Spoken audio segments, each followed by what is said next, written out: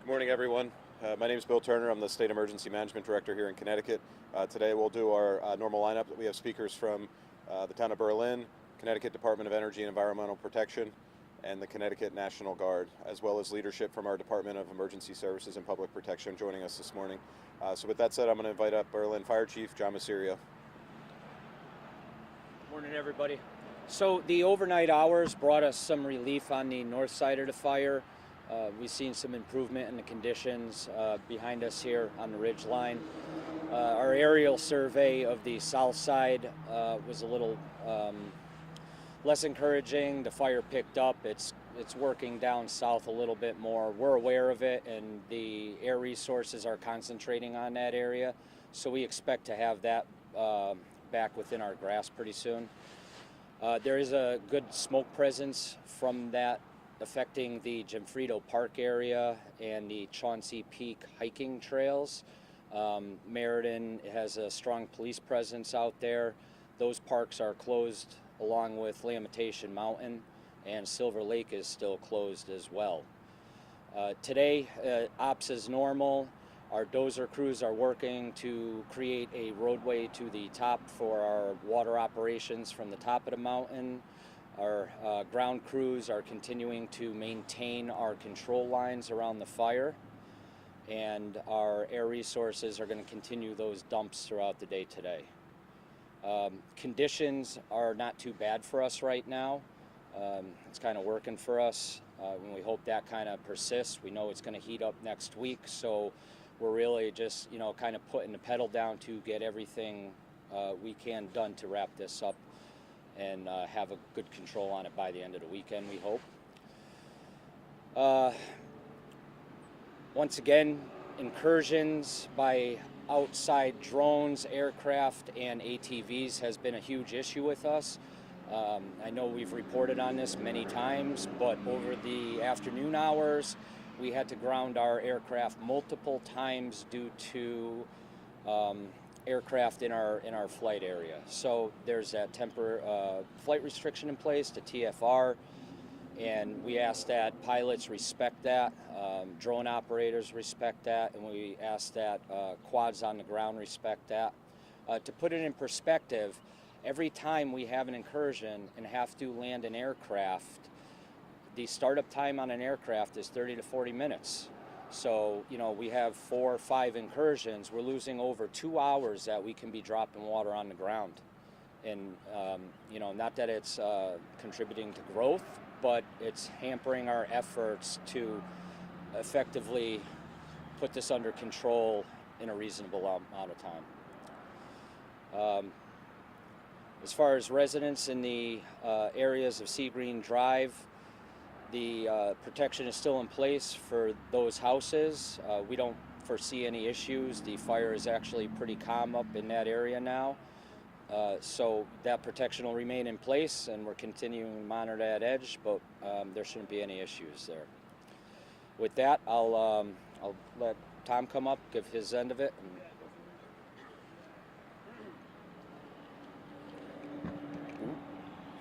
Good morning, everybody. Tom Trask, Forest Protection Supervisor. I'd like to brief quickly on the statewide that is currently happening. We do have multiple fires occurring, nothing larger than 10 acres at this time other than the Hawthorne Road fire. We are continuing with efforts through deep and local resources to maintain those fires. The town of Oxford fire is currently between 5 to 10 acres with a moderate rate of spread. Units in that area are working to contain it, and we're getting heavy equipment resources over there. Please note that we may be moving aerial assets over there if needed, and new TFRs may be in place. The TFR for this location is being extended. We are working in conjunction with FAA, and we are also working with local resources in Rhode Island and Massachusetts to fill our need for more appliances such as hoses, nozzles, and pumps. All resources are coming together appropriately, and we are doing what we need to get this fire under control. Thank you.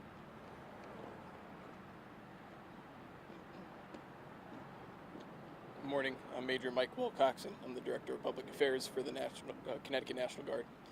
Excuse me, I'm losing my voice. The air crews have high morale. They're doing excellent, exceptional work. We're going to continue to support the fire suppression mission throughout the day. We still have the 2 aircraft in the air dumping buckets of water on the fire. As of last night, we dumped 88 buckets of water, totaling over 101,000 gallons of water on the fires. Today we expect to continue that mission as we've been doing, and we expect to have similar numbers today. Great work by everyone, including our local, state, federal partners. We're excited to continue to help. 88 buckets yesterday, totaling over 101,000. And the grand total, as of last night, is 120 buckets of water, totaling over 127,000 gallons.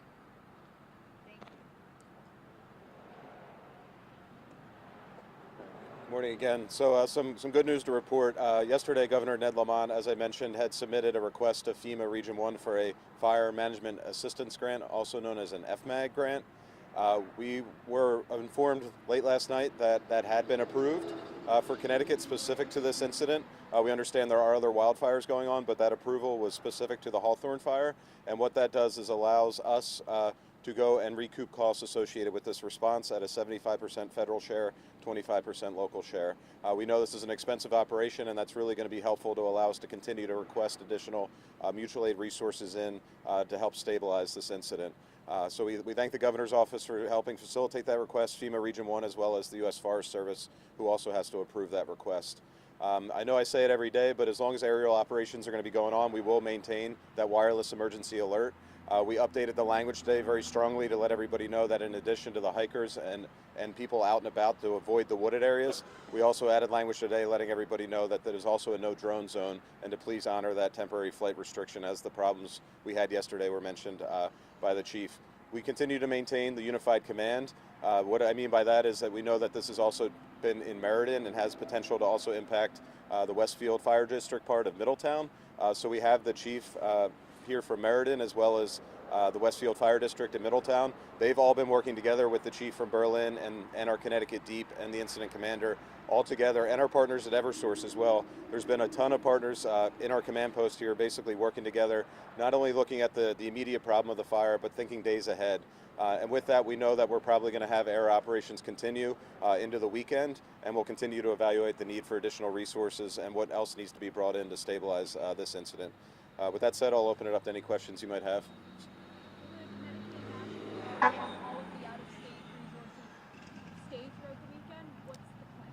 That's the plan, yeah. If anything, we're asking for additional resources in terms of equipment. So, if anything, this might grow a little bit, but that's something we evaluate daily. Last night there was no night operations, but again, that's contingent upon the status of the fire if we need to resume night operations. But right now, unless something changes, we're primarily focusing on a daytime. We're operating under an operational period of 7 a.m. to 7 p.m. So. I don't know if Meriden, you want to speak to that? Yeah, they haven't released the report yet, so. Our Borough and Fire Marshal's office would handle that, and I've been asking, and we're taking care of that, and we'll get that out as soon as possible. Bill, when you talk about it trying to pick it up on the south side, are there houses on that side that people are now growing concerned about? So there's no homes that are of a concern, no evacuation concerns on the south end of the fire. Eversource does have a high tension line easement that runs through that area. They have been on site with us. They're aware of it. That section of lines has been shut off for the time being. We'll reassess later on. Those shutoffs don't affect any other power in the area, so that should just be isolated to there. And in fact, we have the Meriden Assistant Chief here. I'll bring up Chief Noonan, and he can talk on the Meriden end a little bit. Chief. Hello, I'm Assistant Chief Brendan Noonan with the Meriden Fire Department. Do you have questions? Just about how it's going in Meriden right now on the south end. Absolutely. So our 22-member department, we have 22 people on duty at a time, and having about 20 to 30 calls a day. We're already a busy department, so this is adding some manpower hours to our operations. To make sure that the residents stay safe, we do have crews in brush trucks surveying the areas, especially in the homes. We have helicopters going over right now, especially in the homes and cul-de-sacs in the areas that lead up to the forests. And the most important thing that we can say right now for the residents of Meriden, for people in the area, is to please stay away from that area so we can have safe operations to get this out as quickly as possible, especially with the red flag warnings for the next couple of days for the weather.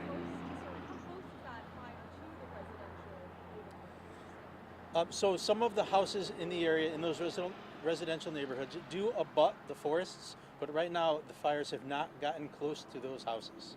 But what we do need to watch out for, and why we're surveying the neighborhoods, is for, with this wind, any embers that can start fires in the areas around the neighborhoods. Are evacuations a possibility in the coming days? It is too early to say whether evacuations will be necessary. Hopefully today, with our operations in place, with people staying away so that we do not have to halt operations, we can get a good head start and get ahead of the fires to prevent any evacuations from occurring.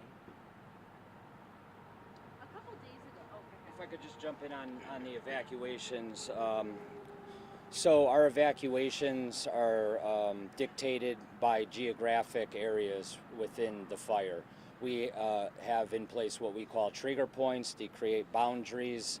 Once the fire reaches that boundary, that'll dictate at that point we start considering the evacuation orders. At this time, the south end and the north end are trigger points. The fire has stayed well away from that, so at this time we're still pretty confident that evacuations will not happen in the foreseen future. how many calls did you get regarding people concerned about the fire inching closer towards them? I know you spoke about that last night. Yeah, so the overnights, we have a pretty good presence in the neighborhoods. There's roving patrols through the night hours. They have a visual presence within the neighborhoods. Any residents that feel they want to talk to that patrol through the night hours is more than welcome to flag them down and do so. They're there, for their reassurance, and we're out there monitoring the situations. If residents are sensitive to smoke and asthma, that nature, they can close their windows and protect themselves that way. We do have portable air monitors in place. Those are remote stations that are tied in through Wi-Fi, so we can get constant feedback on air quality conditions. We have them in the neighborhoods set up throughout the fire where we have our access points. So as far as health and safety, we are on top of that. Which states have personnel out today? All the same are working. We have New Hampshire, Connecticut. Yeah, why don't you run through that? We have, so New Hampshire is still here. Rhode Island was tasked to the Oxford Town Fire. Maine is obviously still here with their helicopters. And Massachusetts is assisting with delivering resources as Rhode Island is delivering resources. So you may see those trucks as well. They're just bringing us stuff. How many total personnel are working this fire? On this fire today, I believe it's between 40 to 50 personnel. And so you mentioned Rhode Island has also been deployed to the Oxford fire. So that's the town of Oxford has a incident going on right now. It's a fluid situation as it's early in the process. It started early this morning. They're managing it to get it under control quickly. Besides Oxford, are there any other fires right now? There are multiple ones being monitored by local and deep personnel. I don't have the list with me. We are managing them as needed and providing resources to any agency that's requested as we can. Do you think we could get access to that list? Not at this time, I'm sorry. Do we have an estimated acreage for the Hawthorne fire today? We're going off of yesterday still as I believe 107. We are working with our GIS personnel to gather a new map to keep our units safe and working efficiently. And 107 was before it started to pick up more in the south. Correct. It may have grown since then, but without the actual GIS diagrams, we can't give you an exact number. A couple days ago, the other spokesperson for ROKU was mentioning talking about how the wildland firefighters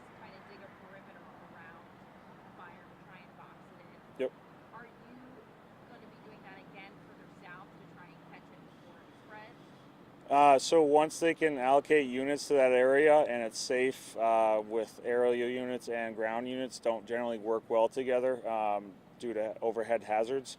But once it's safe for them to do so, they will move to that area, start constructing line with leaf blowers, shovels, and other digging implements. If possible, we do still have dozers on scene, and if needed, we will relocate and start using dozers to maintain that fire line. Something else I heard mentioned this morning was, with all the water that's being dumped, it is like loosening the trees, and like firefighters need to watch out for falling limbs or trees and things like that. Can you talk about kind of the obstacles you're facing up there? So up there in more of the areas that burned the heaviest, you do get the layer of duff underneath the trees and soil has been burned out. They're essentially standing there by themselves on rocks or other things that the trees will cling to. And yes, that is part of the reason why we've been keeping them out at the evening hours, because they can't see those overhead hazards moving or falling towards them. So it's a mitigation that we do with our lookout situations as part of what they're trained to do. Just a question about FEMA. You mentioned that the state got approved for that request. Do you have a cost estimate of, the operations going on here, how much it's going to cost, and, hopefully how much is going to be covered by FEMA? Yeah, so early in the stages of any incident, the priority is just getting what you need to respond and stabilize the incident. So really that first few days is what we did, is we just got everything we could here to help us start to put the fire out and stabilize the incident. Now that we're starting to build in the infrastructure around it with what we call the incident command system, we are bringing in financial staff to help us compile a more detailed number and start to establish what's called a daily burn rate. So we don't have that yet. I hope in the next couple days we'll have a better handle on it.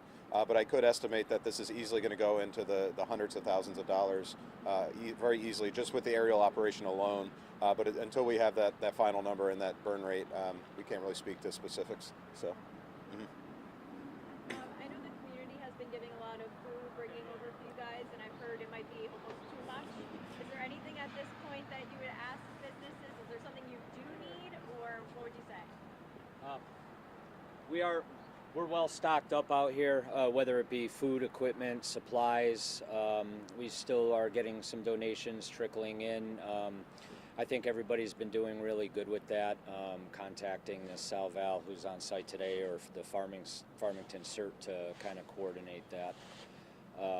We've reduced, people have been reducing the amount they bring, which has been a big help. It gives us a better selection. We don't want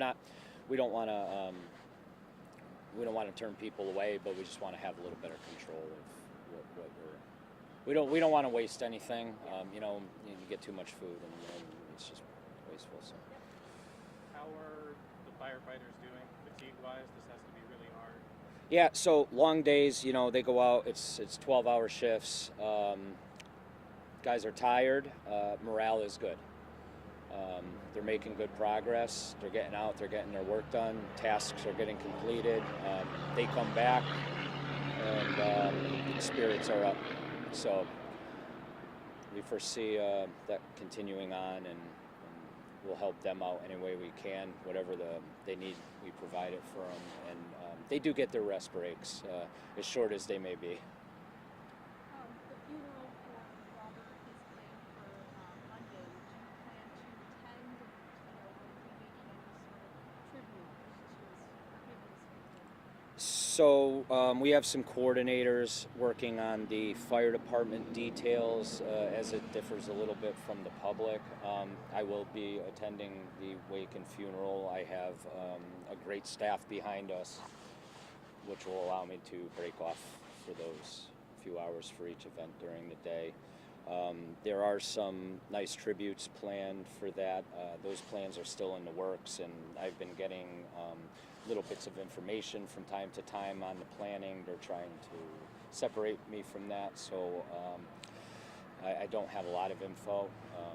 If I learn more, we'll update you in the next briefing. Do you know how many fire departments will be coming out to show? So the services will be up in Hartford. We expect a very large turnout.